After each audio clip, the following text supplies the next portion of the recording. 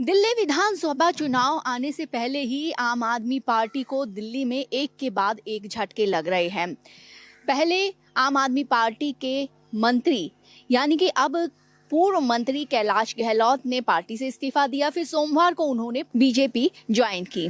ऐसे में इस मौके पर केंद्रीय मंत्री एमएल खट्टर, साथ में केंद्रीय राज्य मंत्री हर्ष मल्होत्रा, दिल्ली के प्रदेश अध्यक्ष वीरेंद्र सचदेवा साथ रहे।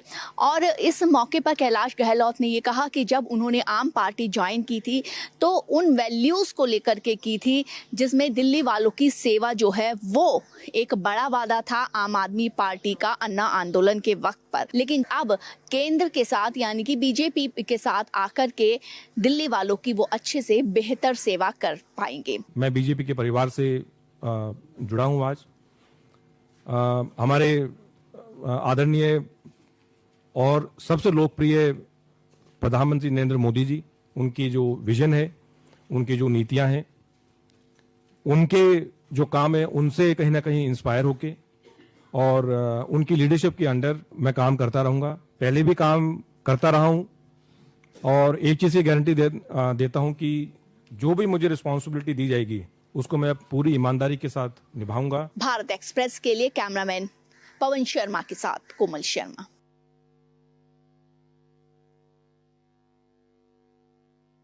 6 दिसंबर को दिल्ली को फिर घेरने की तैयारी में किसान इस बार पैदल मार्च कर पहुंचेंगे दिल्ली। आपको बता दें कि किसान नेता सरवन सिंह पंढेर और कई किसान संगठनों ने आज चंडीगढ़ किसान भवन में मीटिंग की और उन्होंने कहा कि जिस तरह से पिछले 1 साल से केंद्र सरकार से बातचीत का दौर जारी रहा और उसके बाद जिस तरह शंभू बॉर्डर पर उन्हें रोका गया और उसके बाद जिस तरह से उन पर आंसू गैस के गोले बरसाए गए और गोलियां चलाई गई, इसको लेकर वो अभी भी धरने पर हैं। और अब जिस तरह से कोर्ट का ऑर्डर है कि वो अपनी ट्रैक्टर ट्रालियां लेकर दिल्ली नहीं जा सकते, तो अब वो पैदल मार्च कर दिल्ली अपनी बात केंद्र सरकार तक पहुंचाने के लिए जाएंगे। उन्होंने कहा कि 26 नवंबर से वे आमरण अनशन की शुरुआत करेंगे और इस दौरान देश के सभी राज्यों के किसानों के साथ वो चर्चा करेंगे और 6 दिसंबर को दिल्ली कूच कर केंद्र सरकार से किसान अपनी मांग मंगवाने के लिए फिर आंदोलन की तैयारी कर रहे हैं। अब देखने वाली बात यह है कि जिस तरह से पिछली बार जब किसान पंजाब से हरियाणा बॉर्डर होकर दिल्ली की तरफ रवाना हुए थे तो वहां पर किसानों को हरियाणा पुलिस ने आंसू गैस के गोले और अन्य तरीकों से गोलियां चलाकर भी उन्हें रोका था। आने वाले वक्त में इस बार जब किसान पैदल मार्च करेंगे तो सरकार उन्हें दिल्ली जाने देती है या फिर उन्हें रोकती है। चंडीगढ़ से भारत एक्सप्रेस के लिए ओम प्रकाश राय।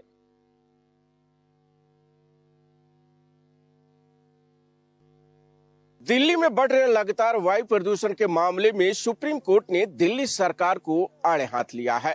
मामले की सुनवाई के दौरान सुप्रीम कोर्ट ने दिल्ली सरकार से पूछा है कि ग्रैब 3 को लागू करने में आखिर देरी क्यों हुई है, कितने दिन की देरी हुई है। मामले की सुनवाई के दौरान केंद्र सरकार को से पेश वकील ने कहा कि ग्रैब 3 को लागू करने में 3 दिन की देरी की गई है। सुप्रीम कोर्ट ने दिल्ली सरकार से इसको लेकर गाइडलाइन की कॉपी देने को कहा है। मामले की सुनवाई के दौरान सुप्रीम कोर्ट ने यह भी साफ कर दिया है कि भले ही दिल्ली में प्रदूषण कम हो जाए, लेकिन उसके बावजूद भी लागू ग्रैब 4 को नहीं हटाया जाएगा जब तक कोर्ट इस मामले में आदेश नहीं देगा। आपको बता दें कि इस मामले में नियुक्त एमाइकस क्यूरी ने सुप्रीम कोर्ट को पिछले दिनों जानकारी दी थी और कहा था कि दिल्ली में प्रदूषण की स्थिति बेहद खराब है। दिल्ली सरकार कोई कदम नहीं उठा रही है, लिहाजा सुप्रीम कोर्ट इस मामले में तत्काल सुनवाई करे, जिसको लेकर सुप्रीम कोर्ट इस मामले में सुनवाई कर रहा है। अपराजिता सिंह ने यह भी कहा है कि दिल्ली को दुनिया का सबसे प्रदूषित शहर की श्रेणी में हम नहीं देखना चाहते हैं। अब देखना होगा इस मामले में सुनवाई के बाद सुप्रीम कोर्ट का आगे क्या आदेश आता है। भारत एक्सप्रेस के लिए कैमरा पर्सन धर्मेंद्र गौतम के साथ गोपाल कृष्ण।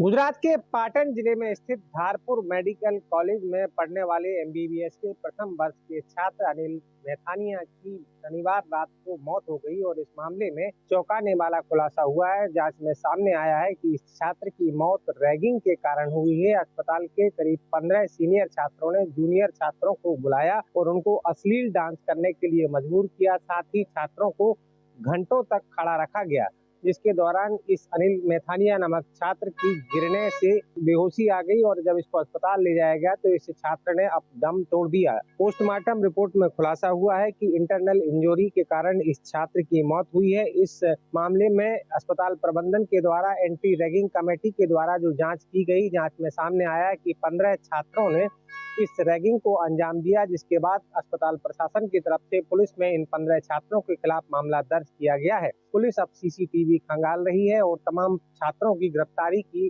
कार्यवाही करने का प्रयास कर रही है। धारपुर मेडिकल कॉलेज में आवेला एक प्रथम वर्ष ना विद्यार्थी अनिल पटेल चक्कर आवाना कारणे मृत्यु थवानी अकस्मात मौतनी घटना दाखल थई।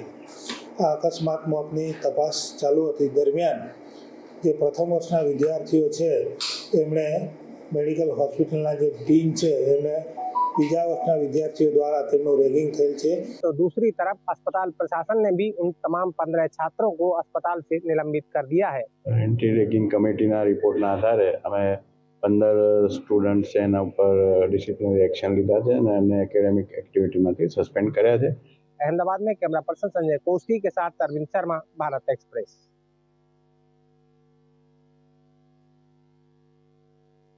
छत्तीसगढ़ में लगातार नक्सलियों के खिलाफ सरकार द्वारा चलाए जा रहे ऑपरेशन के बाद एक बार फिर से नक्सली मूवमेंट का रुख मध्य प्रदेश छत्तीसगढ़ के बॉर्डर माड़ा के घंघोर जंगलों में होने की खबर के बाद जो आईबी रिपोर्ट है उसके बाद पूरे जिले का पुलिस अमला अलर्ट हो चुका है।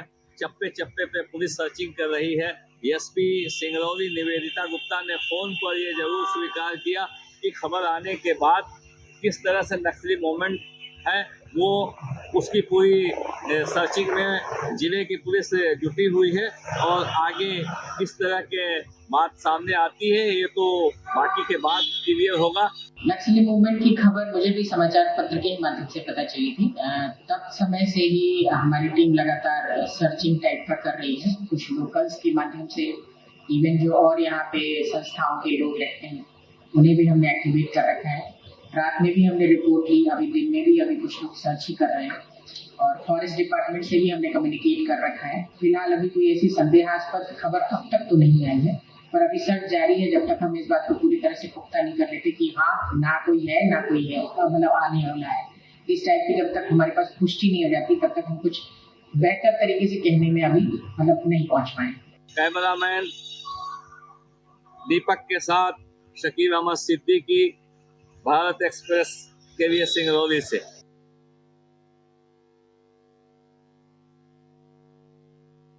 महाराष्ट्र में 288 विधानसभा सीटों पर 20 नवंबर को मतदान होगा और 23 नवंबर को नतीजे आएंगे। ऐसे में मुंबई में 4 दिनों तक ड्राई डे रहेगा, मतलब कि शराब की दुकानों पर पाबंदी लगाई गई है।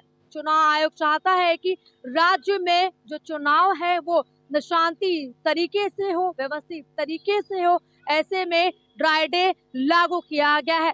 18 नवंबर, 19 नवंबर, 20 नवंबर और 23 नवंबर को शाम को 6 बजे तक ड्राई डे लागू रहेगा। अब ऐसे में शराब के दुकानों पर पूरी तरीके से पाबंदी रहेगी। अगर वो कानूनों का पालन नहीं करेंगे तो उनके खिलाफ सख्त कार्रवाई भी की जाएगी। कैमरामैन बाला के साथ में आंचल तिवारी, भारत एक्सप्रेस।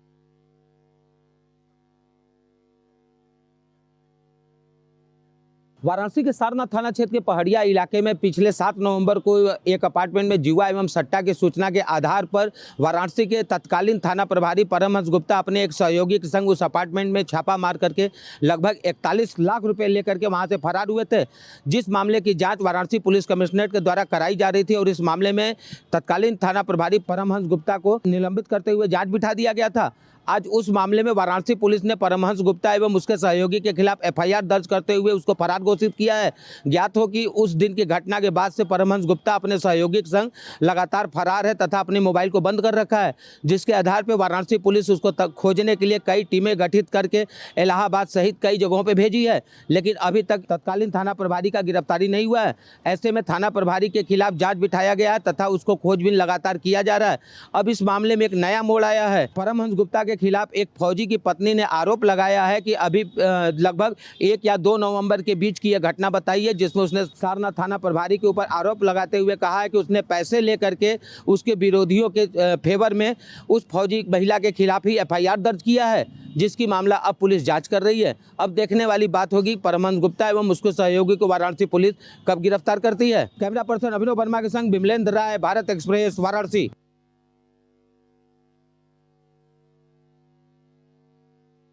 देवली उनियारा सीट का थप्पड़ कांड राजस्थान में अभी पूरी तरह से थमा नहीं है, शांत नहीं हुआ। इन्हीं बीच कांग्रेस के राष्ट्रीय सचिव धीरज गुर्जर के बयान ने राजस्थान की राजनीतिक गलियारों में हलचल मचा दी है। धीरज गुर्जर ने मंच से बयान दिया कि अधिकारी अगर नहीं मानेंगे तो वो जूता चप्पल से काम निकलवाएंगे। इस पूरे मामले पर बीजेपी के प्रदेशाध्यक्ष मदन राठौर की प्रतिक्रिया देते हुए बयान सामने आया। उन्होंने कहा है कि देश बाहुबली से नहीं चलता, देश कानून से चलता है। आप चिंता मत करो कि कोठा शाम का दरबार में धीरज गुर्जर आपने खेलियो है, जवानी भी आपके नाम ही और बुढ़ापो भी आपके नाम है। जगह तक धीरज जी की कोठरी में आप लोगों ने छोट वाला खोना आपकी सेवा किया, आपका चेहरा पर आप कमजोरी मत दो, आपका मन में विश्वास रखो, आपकी लड़ाई लड़का के लिए सबको काम करावा के लिए, और अगर कोई सर की बात प्रेम न माने तो सबको मिल के सबको काम करावा के लिए आपको देखो धीरज गुर्जर तैयार है। लेकिन इस तरह की जो बयानबाजी सामने आ रही है नेताओं की, जातिवाद की जो राजनीति राजस्थान में हो रही है, ये वाकई निंदनीय है और नेताओं के लिए सोचने का विषय है। कैमरा पर्सन कमलेश भाटी के साथ सपना शर्मा, भारत एक्सप्रेस, जयपुर।